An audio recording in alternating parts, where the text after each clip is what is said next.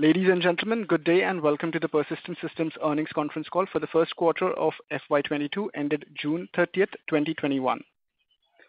We have with us today on the call Dr. Anand Deshpande, Chairman and Managing Director, Mr. Sandeep Kalra, Executive Director and Chief Executive Officer, Mr. Sunil Sapre, Executive Director and Chief Financial Officer, Mr. Saurabh Dwivedi, Head of Investor Relations, and Mr. Amit Atre, Company Secretary. As a reminder, all participant lines will be in the listen-only mode. There will be an opportunity for you to ask questions after the presentation concludes. Should you need assistance during the conference call, please signal an operator by pressing star then 0 on your touchtone phone. Please note that this conference is being recorded. I now hand the conference over to Mr. Sandeep Kalra. Thank you, and over to you, sir. Good afternoon, good morning, good evening to all of you, depending on where you're joining us from. It's good to be with you once again, and I hope all of you are continuing to stay safe and healthy. Before I go into the financial and business updates, I would like to start by thanking our team members and customers for their resilience and their trust in us during these unforeseen times. Several of our team members and their extended families were impacted during the second wave of COVID-19. Sadly, we even saw a few of our colleagues succumbing to COVID. Pray for the well-being of your family and their loved ones. As a countermeasure from our side, we have been undertaking vaccination drives for all our India-based employees and their families. We are happy to report that more than 10,000 of our associates and their families have availed of these vaccination drives. As the vaccinations have progressed, a small percentage of our employees have also started to work from office. We expect the numbers to go up gradually. However, we'll be taking a cautious return to office while considering the possibility of a third COVID wave, as well as region-specific nuances. Once again, we sincerely pray for everyone's well-being. With that, let me get into the business and financial. Coming to the quarterly financial performance, as you would have noticed, we delivered yet another quarter of strong growth, delivering continued progress on all major business metrics. On the financial side, the revenues came in at $166.8 million, giving us a growth of 9.2% quarter-on-quarter and 27.3% year-on-year. This is in US dollar terms. In rupee terms, this translates into a growth of 10.5% quarter-on-quarter and 24.1% year-on-year basis. This is among the best quarter-on-quarter, year-on-year organic growth delivered by us as an organization. Our EBIT for Q1 came in at 13.5%. This translates into an EBIT growth of 13.5%. And this translates into a growth of 13.7% Q1. Now let me give you a little color on quarter's performance from an industry vertical and service line perspective.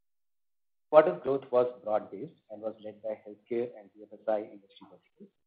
These grew 15.5% and 11.8% respectively on a sequential quarter-on-quarter basis, followed by software and high-tech segment that grew by 5.2% on a sequential quarter-on-quarter basis. On a year-on-year basis, the growth was broad-based as well, with all the three industry segments faring very well. Healthcare came in at 32.1%, banking financial services at 23.5%, and software high-tech at 27.9% year-on-year. We also saw consistent growth across our top account categories, whether it was our top 1, top 2 to 5, top 6 to 10, or top 11 to 20. All of these saw significant growth quarter-on-quarter. To give you specific numbers, the top 1 customer grew by 3.4%, top 2 to 5 by 15.6%, top 6 by 12, and top 11 to 20 by 10.9%. This should give you the confidence of our strategy in terms of account mining working out very well. Further, to substantiate this, the number of customers that we have in the greater than 5 million moved significantly up this quarter, going up from 17 to 21, an addition of 4 customers in the greater than 5 million category. Similarly, on the greater than 1 million category and less than 5 million revenue run rate category, we added 10 customers on a sequential quarter-on-quarter basis. The quarter ended with 76 customers in this revenue category compared to 66 in the last quarter. Before I move on, I would like to point out 2 aspects. In the last 2 financial years, we have been reporting our revenue by 2 organization units, technology services and alliance. As we have been sharing with you in our previous calls, the business is now organized around industry segments, service lines. Hence, we are discontinuing the reporting of our revenue breakup by the two erstwhile organizational units, as the utility of the same is no longer available. Revenue for our CE/CLM reseller business, which is categorized under our IP business, has been accounted on a net basis from Q1 and onwards. That is, for the CE/CLM reseller business, we are only taking the margins for value-added reseller services as the top-line revenue in our P&L. This was necessitated due to the lack of associated services engagements with such reseller revenue. Now, coming to the order book for the quarter, we had a good quarter from an order booking perspective.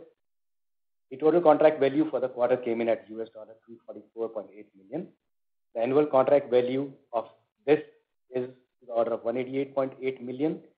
In terms of new bookings, the new business total contract value was $147.7 million, out of which the ACV component or the annual contract value component stands at $93.5 million.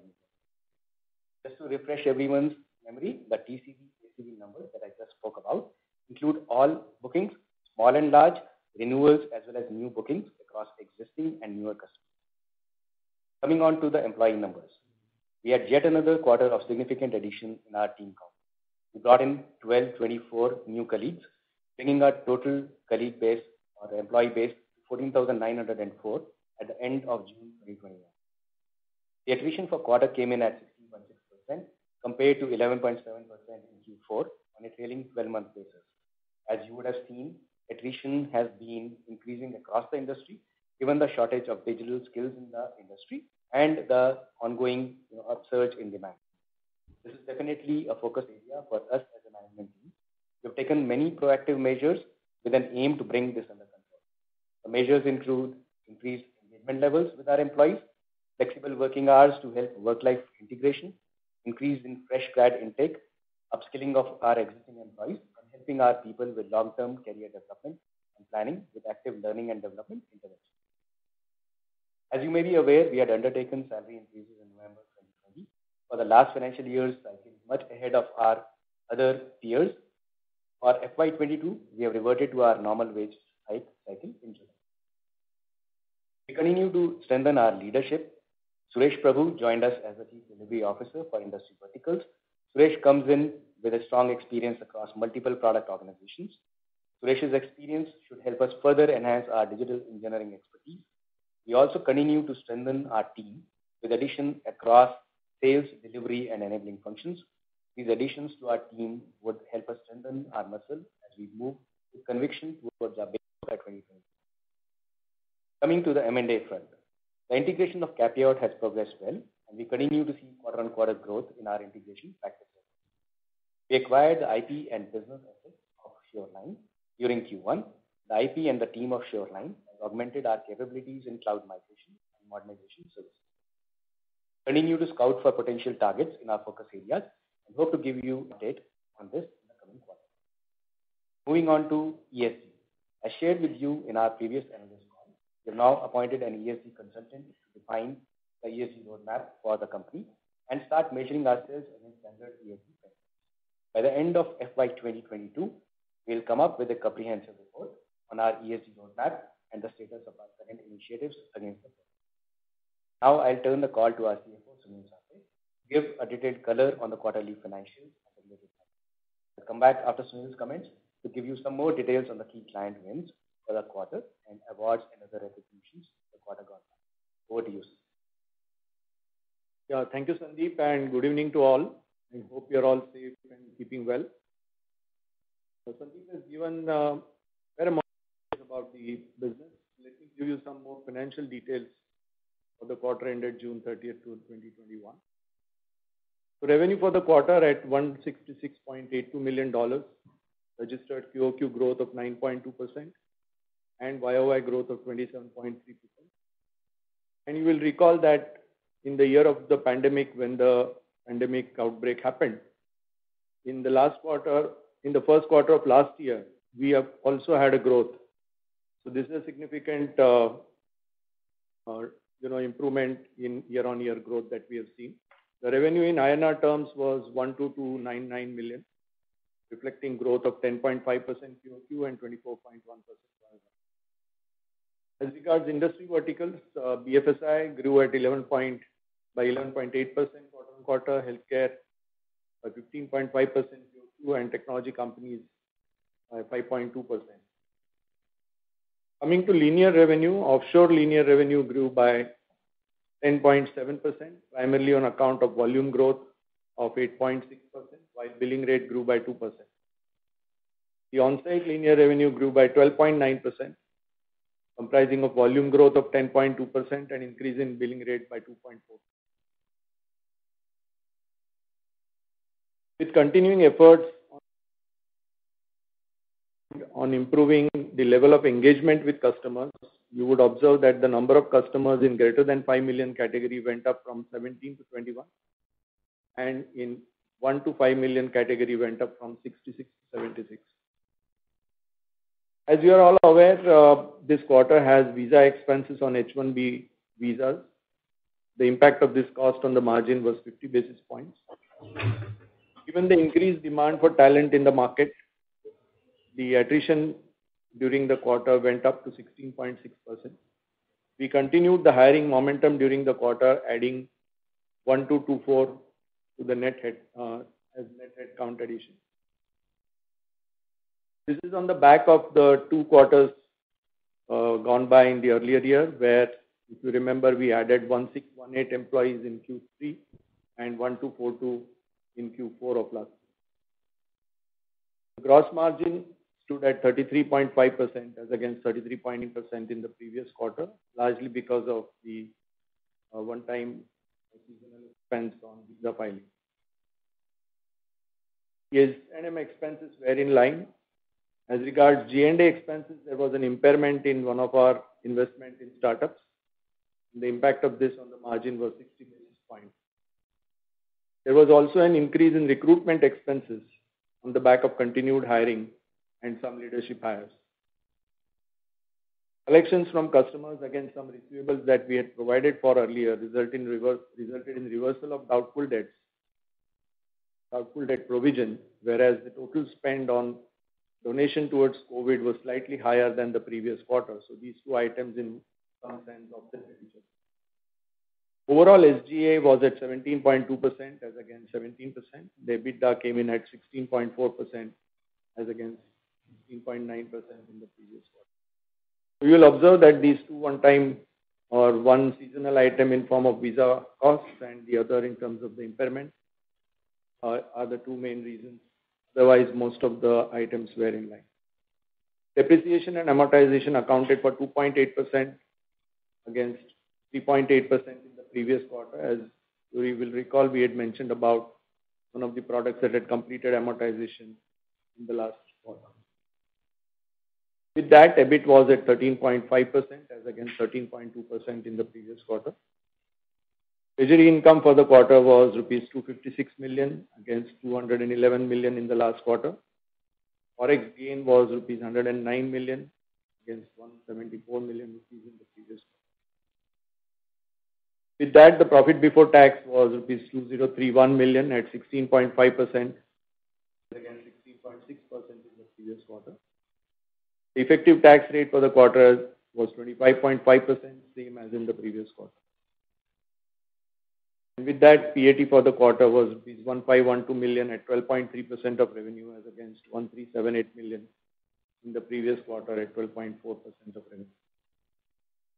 Coming to the operational capex, it was 141 million rupees in this quarter.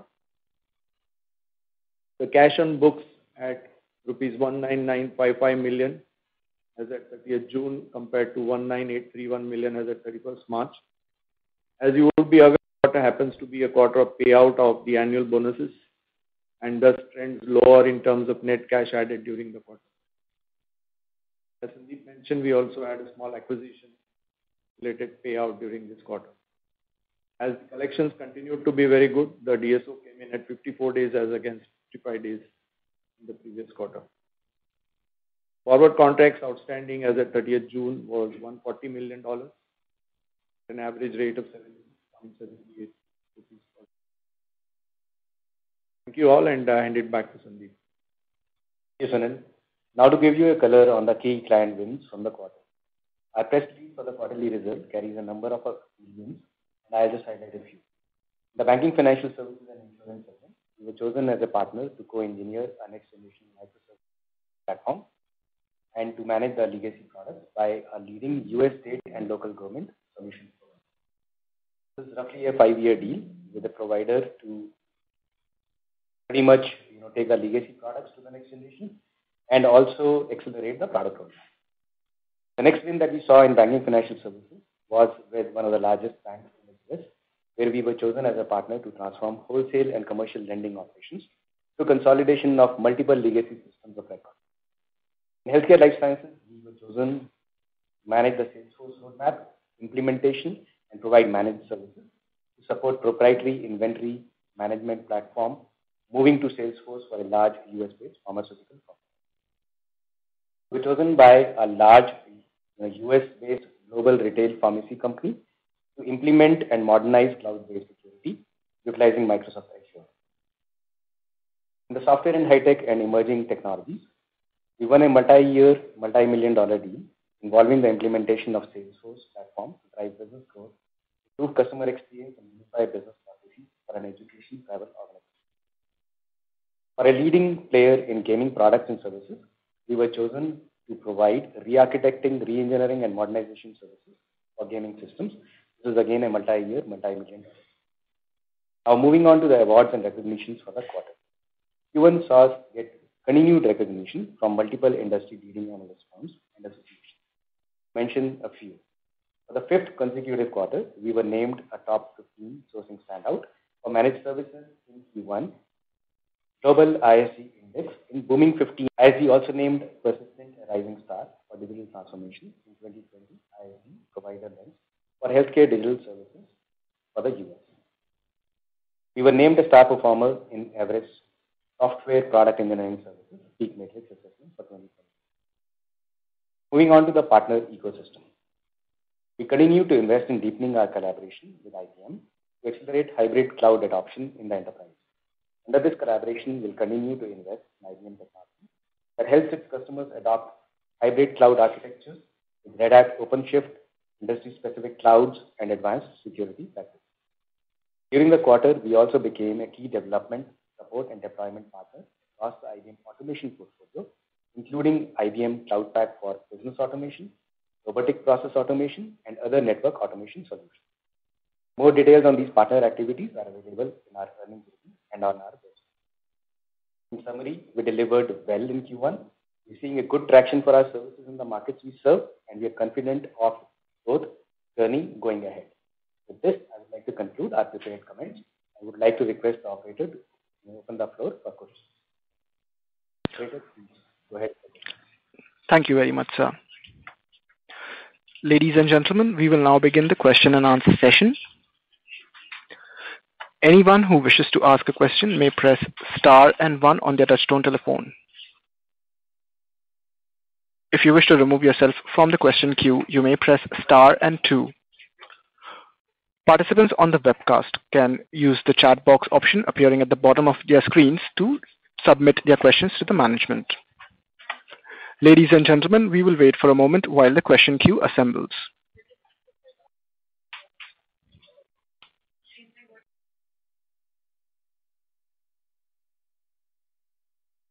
Right, I'll begin with the questions on the chat first, and then we can go to the audio questions. Sure, sir.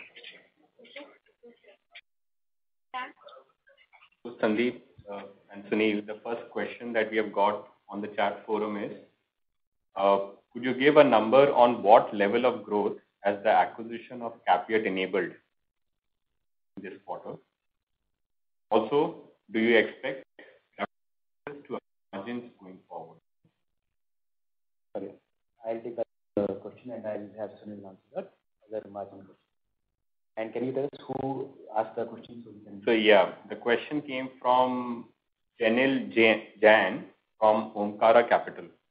Okay, sounds good. So on the question around Capiot growth, for the quarter compared to the last quarter, the Capiot growth would have been roughly around 500K in US dollars quarter on quarter. Well, if you can answer the margin question. Yeah, sure. So on the travel expenses coming back, while there has not been resumption of travel in a very big way, but we do expect US and Europe to slowly have increased travel going forward. In the next 2 quarters, we can expect about 30 to 40 basis points of increase in travel expenses, which will come back by end of December. If we reach a good level of vaccination in India, then the outbound travel from India could also start towards 2022. So overall, if we look at the full year, it will take 2 or 3 gradual moves towards taking the travel expenses back to a level of 1%, which will still not be the same as what it used to be in pre-COVID times. That is how we look at that. Right. And Sunil, we may want to clarify the travel expenses for this quarter, just to clarify, were on account of H1B filings and not on account of travel. And that happens every year in this quarter. So we just want to clarify. Before we go to the audio questions, I think the only other feedback I got on the chat forum is maybe the voice from our side is a little low. So if we can speak a little more loudly. Thank you. We'll move to our first. We'll move to our first audio question, which is from the line of Nitin Padmanabhan from Investec. Please go ahead. Yeah, hi. Good evening, everyone, and congrats on a great quarter. Now, the first question was around the TCV and ACV data. Now it's been like 3 quarters of this data. In the current quarter performance, is there revenue accretion from deals won in Q3? That was the first question. So you're talking about deals won in Q3, revenue accretion from that obviously would have happened. A little bit, as you look at it, some of these deals take time to ramp up. And that's what is happening. As we, kind of win deals over the quarters, every quarter as these ramp up, you are seeing the revenue consistently kind of, go up in terms of growth. Sure. If that was the question. Yes, that was the question. Thank you. The second one was on, in terms of the rising attrition and the compensation increase, I think we are likely to give next quarter. Just wanted your thoughts on how are you approaching that and what's the, potential impact there when we look at next quarter. So for us, the pay wage, the hike cycle is July onwards. So we've already given the letters out in terms of our increase. Started, right? I will let Sunil comment on the margin impact and what our plans are to recoup that. Sunil, over to you. Yeah, sure. So, if you recall, historically, we've been having wage hikes, and typically the revenue growth and several other levers most, commonly allow the company to recoup. Now, currently we are seeing 2 phenomena in the market. One is that we have significant tailwind in terms of revenue growth, but this is coming also at the in a combined way where the digital technology-oriented skills are not exactly adequate to fulfill this demand. As a company, what we have done is we have increased the hiring over the last few quarters, and that's where you will find that our offshore utilization has hovered around 80%. So we have first concentrated to ensure that we are able to fulfill the business. Now at this point in time, we have the utilization lever, which is significantly, you can say, one of the areas that we are working on. The second part is also the mix between lateral hires and fresher hires. That is another area that we are looking to optimize. And lastly, of course, the fact that we have onboarded these people and the conversion, when it happens in terms of better utilization, will provide the cushion to absorb the pay hikes. So these factors are what will be the areas to look out and watch out for. And we are conscious of the fact that we have to manage the attrition in a controlled environment. I mean, in a manner that we can be comfortable with respect to deliverables and the sustaining the quality with the customers. Last but not the least, we will also take a conscious view in terms of potential areas where we can work with customers wherever we have flexibility in pricing. That there is a point of time when customers do understand that these skills are not easily available, and to ensure that their deliveries and quality is not affected, we do have pricing power in some of our business. I hope that gives you a good understanding of how this will pan out. Yeah, sure. That's very helpful. Only the quantification of what we could expect in terms of potential headwind is the only last thing, and then I'll get back into queue. Thank you. Yeah, in terms of overall impact from the wage hike, it will be of the order of 250 to 275 basis points, and we expect all these levers to allow us to absorb most of it. Maybe there could be a 75 to 100 basis points of headwind in one quarter in which pay hikes actually start. But with increased revenue, we're trying to see how much we can contain that. But it will not be more than that kind of. Very helpful. Thank you so much, and all the very best.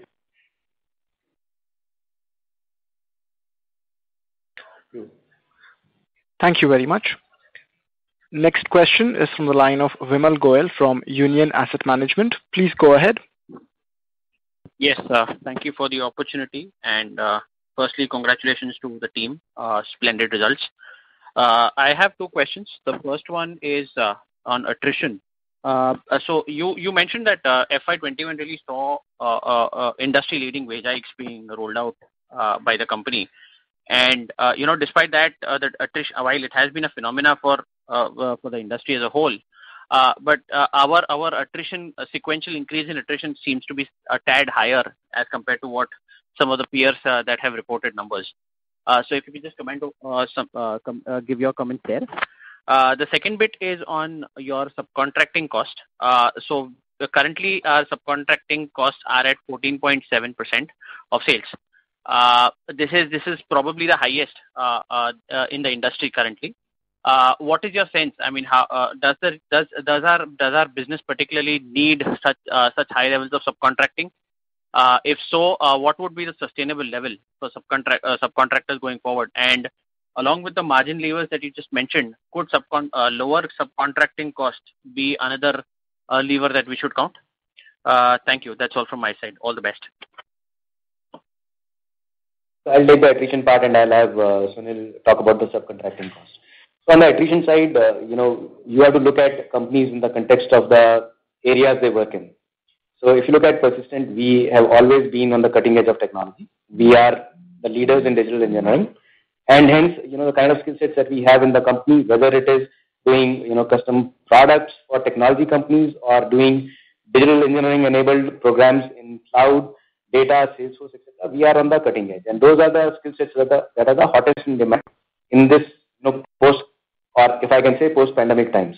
So that is the reason that we may have a tad bit higher, attrition that looks like from the outside as compared to a general purpose, IT services company, which also does, ERP or legacy stuff or legacy infrastructure management. So that is the rationale that is there. Having said that, this is an area of focus for us, and we are committed to, making sure we do the best in terms of engaging our employees, and we have good plans in place for that. Now, over to you, Sunil, for the subcontracting part. Yeah, sure. So, on the subcontracting side, you would have observed over the last few quarters, given the fact that we are continuing with this situation of restricted movement, right? So on one side, flexibility of using your own staff while they may be in a particular country, but the mobility of that staff within the country is limited. Whereas we have been winning deals, you would have seen in several new areas where we definitely require certain skills that may necessarily not be available to join on a full-time basis. Our approach is to ensure that we are able to convert these as we get more visibility of their continued deployment, and not to kind of engage them that can lead to disruption of costs. So the whole idea is to optimize that, and be rest assured we are continuously keeping track to ensure that they are that is a channel that we use only in select cases and to fulfill the seniors. Once the flexibility to travel improves, the reliance on that will gradually reduce. So is it that maybe there is a need for more local delivery centers? Probably that could have been the case if we had more local delivery centers outside and probably had more local employees hired before. We wouldn't have required so many subcontractors. And the subsequent question then would be that if at all we are as and when travel starts, you will replace it with your people on site, and further, can those on site people then probably can that work shift offshore when the project really is steady state? So can that happen? And as I said, the question was really to gauge if subcontracting can really be a margin lever for you. And lastly, just one more question on the TCV. Is there the sequential decline in the TCV this quarter? Okay, so let me answer these questions. So as far as, and I'll try and keep it brief because we need to, take multiple people's questions. So absolutely, you are absolutely right. In an ideal scenario where COVID could have been predicted, people would have had, onshore hiring done and, we would have any which way scaled up the near-shore, onshore kind of things. They are on the roadmap. As soon as the COVID gods allow us to do it, you will see us have, more presence on site as well as, near-shore centers. Is it a lever going ahead for margin improvement? Yes, it is. But again, we'll have to let things pan out as we go along. The first and foremost thing is to make sure we have a good growth going. We need to fulfill our customer demands. We need to deliver our projects, absolutely impeccably. And that's where some of these things will play out.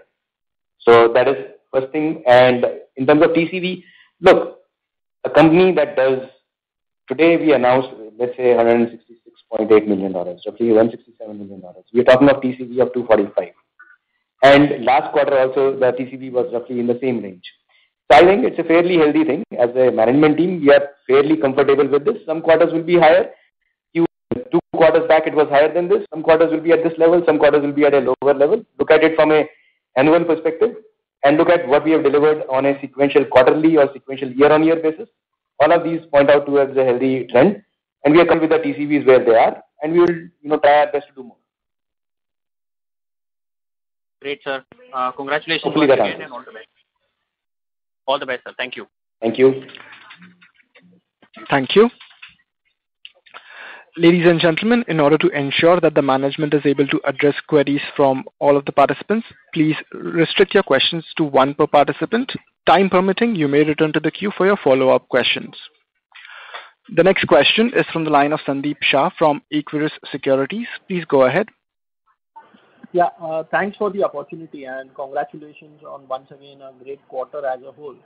So Sandeep, my question is more on the operating leverage. So despite last 3 to 4 quarters solid Q-on-Q growth which is coming, EBITDA margin though on a YOY basis looks better, but on a Q-on-Q basis has been hovering around 16.5% to 17%.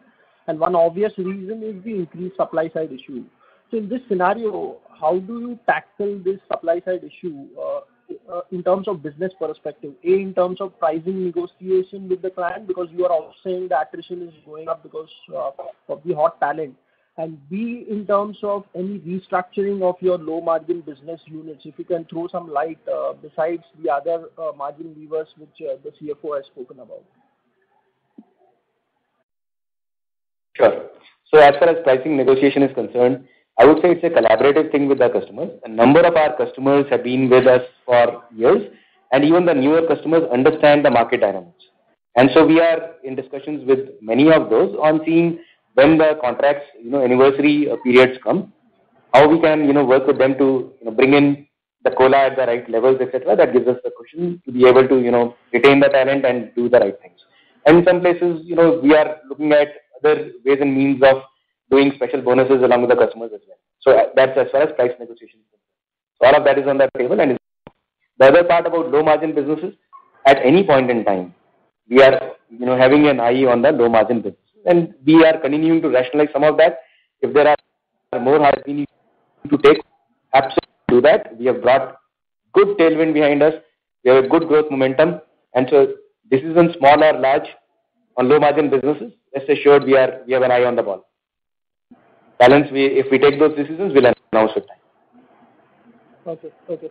And just a second question on terms of alliance business. Can you throw some light whether it's now on a consistent growth path, both on the IP as well as in terms of revenue, and also any efforts to improve the margin on this side of the business? And just a feedback, today, I think the audio of both the CEO and the CFO has been weak, so I think there is a difficulty in hearing your opening remarks. So if we can rectify, it would be really appreciated. Okay, we'll try and speak a little louder.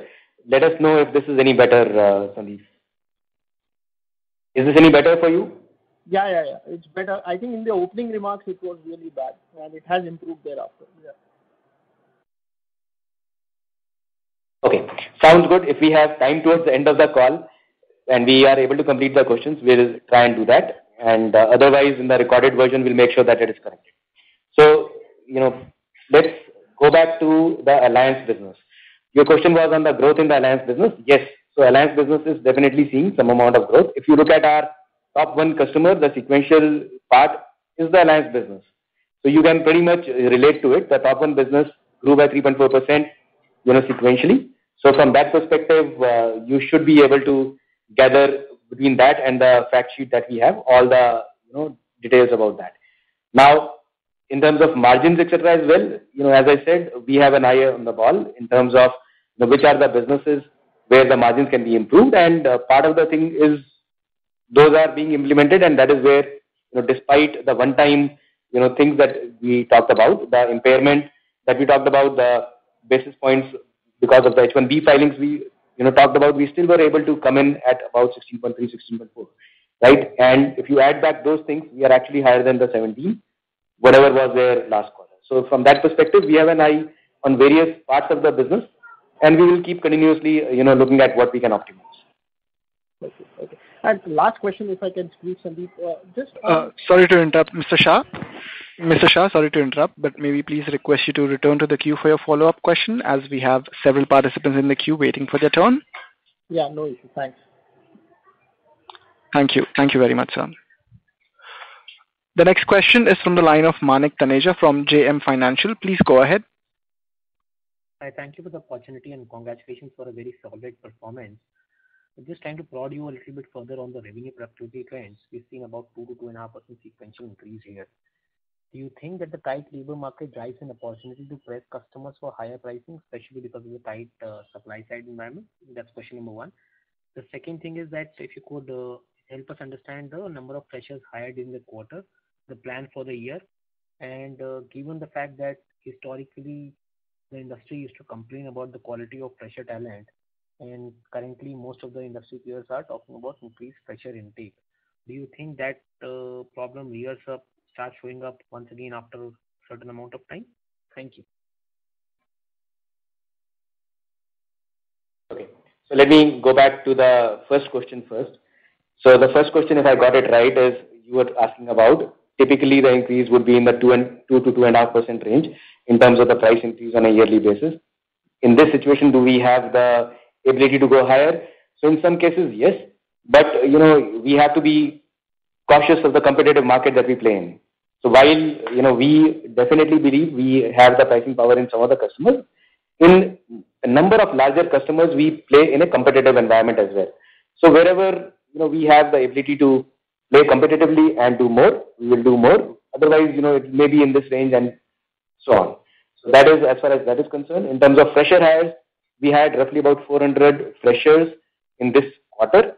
For the yearly basis, we are looking at roughly about 2,000 freshers, but they will obviously be staggered out and they will go through their training programs, etc., before they become productive.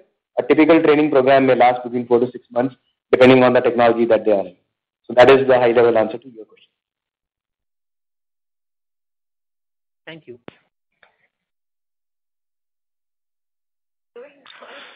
Thank you. The next question is from the line of Mohit Jain from Anand Rathi. Please go ahead. Hi, sir. This is actually a follow-up of the previous one. I think the first part of the question is billing rate improvement seen in 1Q FY22. So what happened in the last 3 months that your billing rate, both on-site and offshore, has moved up sharply and changing the trend which we were seeing over the last few quarters? And second is on the fixed component of S&M. S&M cost as a percentage of revenue is behaving as a totally variable cost. So is there some element of it which moves in line with revenue, or should we expect it to behave like a fixed cost going forward? Thank you. Sir, I have Sunil answer the questions. Sunil, go ahead, please. Yes, on the sales and marketing costs, I don't think that they will be fixed in absolute terms. There will be some kind of additions to the cost happening, but in terms of percentage to revenue, you will find that on a wider revenue base, there will be some release of basis points in the sales and marketing cost. And on the first question about billing rates, yes, I mean, consciously we have been working with clients and trying to optimize the pricing position that we have, like Sandeep mentioned, whether in new projects or in case of renewals, wherever we have an opportunity to discuss the same with the clients. We have that kind of a benefit available in certain parts of our business. So it's consciously happening. It's not because of anything particularly standing in the earlier quarters, but it's a conscious effort to improve our. That's the needed to ensure that we are able to hire good talent and pay them well. So 1Q, you already saw some price increases, right? Yes. Yeah. Okay. Thank you, sir.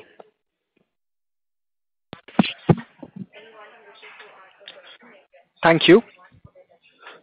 Next question is from the line of Dipesh Mehta from Emkay Global. Please go ahead. Yeah. Thanks for the opportunity and congrats on strong execution and healthy momentum. Two questions. First, just want to get what is driving strength in healthcare. So if you can provide some perspective, what is driving demand and how we are addressing that strength of demand in healthcare. And second question is related with India business. If you can provide some perspective, because India are doing well for us, and we have not seen any impact despite second wave of COVID in India. So if you can provide some colors, what is driving strength in India? Thanks. Sure. So the first question first, strength in healthcare. So the strength in healthcare is driven predominantly on the back of focused attempts by us in different parts of healthcare. So healthcare is an ocean in any country. It's one of the biggest GDP spenders. Healthcare part, as far as we are concerned, there are instrumentation companies and medical device companies on one side, and on the other side you have pharma payer provider. So we have gone deeper into hiring talent, which can kind of go into each of these segments and mine these segments for us, whether it is for the existing customers and also do the right logo acquisition from a new perspective. Now, in the instrumentation companies, that has been a traditional strength for us. In the provider and pharma, we are partnering more deeper with Salesforce. We have the best capabilities in the market on the provider segment in the US as far as Salesforce is concerned, and right from digital front door to many other solutions for the healthcare market, we are the leading provider. So that is what is panning out well for us, and we have further invested in our sales capabilities. We should try and keep this at pace. Not every quarter will be 15.5% sequential, whether it is healthcare or other segments, but overall the segment we have gone deeper in our penetration, and hopefully that will keep faring well for us over a period of time. Now, on the India side of it, there are two parts in the India market. There are a number of our global customers whose Indian subsidiaries we work with. So that is one segment for us. Second segment for us is the companies in India like NBFCs, etc., where we are a big leader in the Salesforce space in implementing many different things like their loan origination systems, and for one of the leading mid-tier NBFCs, we are basically doing a huge multi-year transformation program as well. So there is good market locally for us, and then there is a market in India for the global customers, their Indian subsidiaries, and so on. Wherever the contract originates from, that's where we accrue the revenue. That's where the global companies, Indian subsidiaries, that revenue is accrued in India. So that's where you see the growth come in India from. Hopefully this answers your question. Yeah, thanks.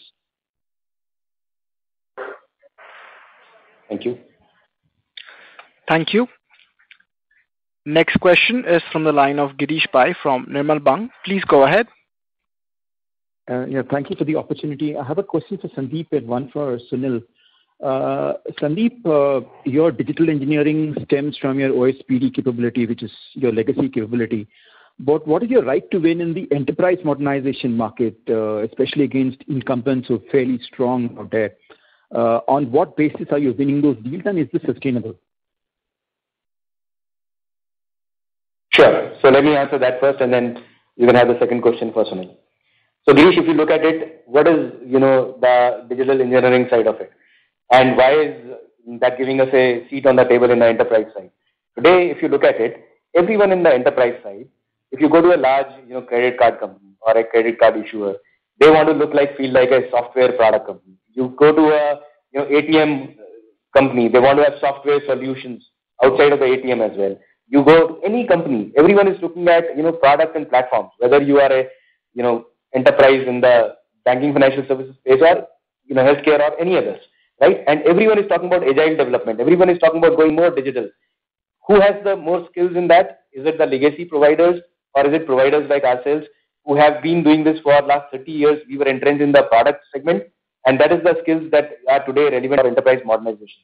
So what we used to do for product companies in a cloud-first kind of a product development is today applicable for a cloud-first platform development or enterprise modernization. So that is where today the barriers for us competing with the who's who, whether it's a US-based organization or a European heritage organization or an India heritage large organization, those barriers are broken, and we are competing fairly squarely for that market share, and that's where we are winning as well. So that's as far as the enterprise modernization story and our right to win is concerned. So you can ask the second question to Sunil, and we'll take it from there. Thank you. Next question is from the line of Abhishek Shindadkar from InCred Capital. Please go ahead. Yeah, hi sir. Thanks for the opportunity and congrats on an excellent quarter. My first question is regarding the growth in Europe. Anything that we should read? It's been quite volatile, both on a quarter-on-quarter and a YOY basis. And my second question is more about the strategy. So now with us positioning ourselves as a pure play OPD player. Historically, Persistent has operated at a very higher band of margins. So I'm not asking from a quarter perspective, but structurally, how do we position ourselves? Whether we would like to kind of achieve a higher band or kind of reinvest and kind of accelerate the growth, which is more comparable to OPD players. Thank you, sir. Sure. So let me try and briefly answer both the questions. So the growth in Europe, yes, it used to be volatile because one part of our business out there was majorly focusing on the resale of CE/CLM, which is an industrial product, which we also engineer for one of our largest customers. And that used to, since it's a product sale, sometimes some quarters it used to go up, some quarters it used to go down. And the other thing was we were trying to provide services around that. Now, if you look at it this quarter, we have taken the revenue on net accounting. If we had taken it on gross accounting, even Europe would have grown, much higher. And, the growth rate being one, the volatility being second, both the things to take care of the volatility. And since we don't add much value in that reseller business, we have taken it to net. And now on, you should not see much volatility in the Europe business and in the IP business. So that's the answer on that. The strategy part, yeah. Today, if you look at it, our skills are fairly well in demand. And can we try and, get a little bit more margin over a period of time? Absolutely. But is that the highest priority for us right now versus, making sure we continue the growth momentum? The growth momentum is at the same time, we will see wherever we can, keep moving on the margin parameter over a period of next few quarters and years. Our aspirations are to do both.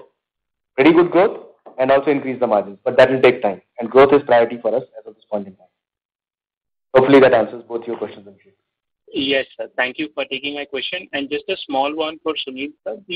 Nothing to worry about the unbilled this quarter or any comments that you would like to make. Thank you for taking my questions and best wishes for 22, sir. No, there is nothing to worry about that. It's just a matter of some of the paperwork that we have to get done, spilled over to the next few weeks, so it is getting built in this. Thank you. The next question is from the line of Madhu Babu from Canara HSBC. Please go ahead. Yeah, hi, sir. So now I think our growth is almost mimicking EPAM. So do you encounter EPAM and Globant in competition in a couple of our deals? And second is that with the kind of cash balance and with the kind of momentum, is it the right time to go for a much bigger acquisitions? Thanks. Sure. So Madhu Babu, yeah, we encounter a variety of competition in different kind of segments that we deal with.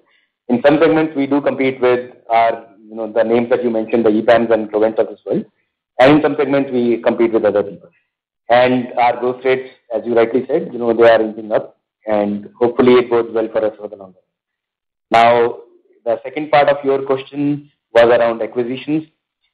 So at any point in time, we are evaluating 3 to 4 tuck-in acquisitions. And should we find the right target, we'll absolutely go after it. And that is definitely a stated part of our strategy. And we have very clearly said our acquisitions would be tuck-ins, either to make us more smarter, sharper on some of the service lines that we have, or to go deeper in an industry vertical, whether it is BFSI or healthcare, or in a geography like Europe. So we are working on all this pivots. We hope to announce something in the next quarter or so. And it will be an ongoing process. Thank you very much, sir. Next question is from the line of Rishi Jhunjhunwala from IIFL. Please go ahead. Yes, thanks for the opportunity. Sandeep, one question on headcount, right? So, our headcount is consistently growing at least 10 percentage point above revenue growth for the past 2-3 quarters. How do we read that? I guess, there could be 2 or 3 ways in which it could pan out.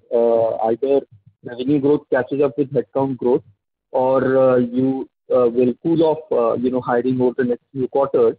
Or probably is it the case that incremental business is coming at lower pricing, and as a result, while volume growth might still be there, it's not necessarily translating into revenue growth. So just some clarity around that.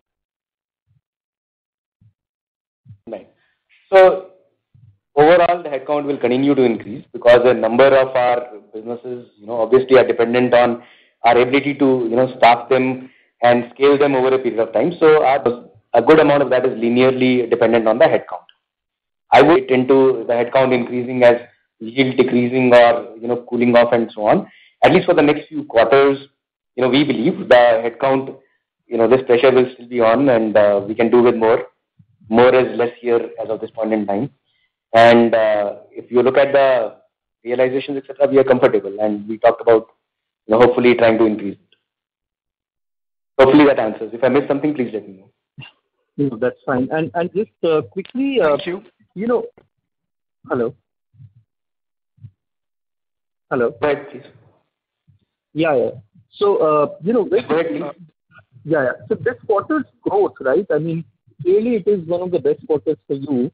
And just wanted to understand whether, is the growth also could be attributed to some of the revenues probably, getting booked later in the end of the quarter, which could have otherwise spilled over to next quarter?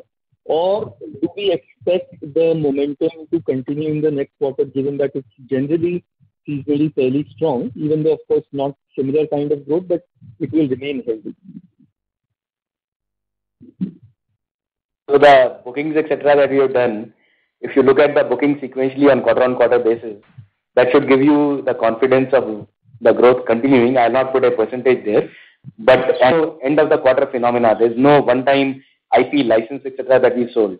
It was scaling up of services business over a period of time and built up over the quarter based on the deals that we won in the last few quarters and even in this quarter. And we've done healthy bookings. We have a healthy pipeline, so we are confident of the ongoing growth. Great. Thank you. All the best. Thank you. Thank you. Mr. Dwivedi, would you like to take chat questions for now then? Yeah, we just have time for a couple of questions which have come on the chat forum. So the first question to you, Sandeep. This is from Atul Bhole, DSP investment managers. In light of substantial deal wins across industry and shortage of skill set, do you see risk of delay in deal ramp-ups? So, look, it is a reality that, a number of our peers are also having good order bookings, etc., and there is pressure in the market for talent. But the objective at our end is our ability to forecast our requirements and try and, be ahead of the curve in terms of trying to hire the right skills, etc., and we are doing our best. So far, we have not seen any delays in any of our customer program ramp-ups, and thankfully, all the ramp-up that we have done, we have hired roughly about 4,000 people in the last 3 quarters. And that has, kept us on pace. We have not missed any customer commitment, even in COVID times. So we are hopeful and, it's an ongoing business challenge and we have good processes in place to take care of it. Okay, and the last question, which maybe either you or Sunil can address, from Debashish Mazumdar from Edelweiss Finance. He's asking, unlike most of the peers, our on-site contribution to the revenue is going up significantly in last few quarters. What is the reason there? Are we addressing the high demand scenario in a different way than competition?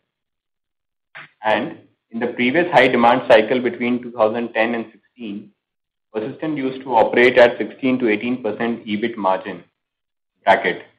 Do we see potential to go back to those levels in the medium term? Okay, so let me quickly try and answer because we are running out of time.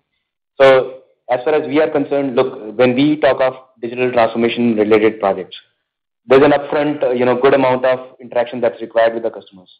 And at times you need more, upfront headcount to be deployed on site to be able to, have those discussions and engage at the levels with the business that we need to. So that is there and, those are normal business scenarios.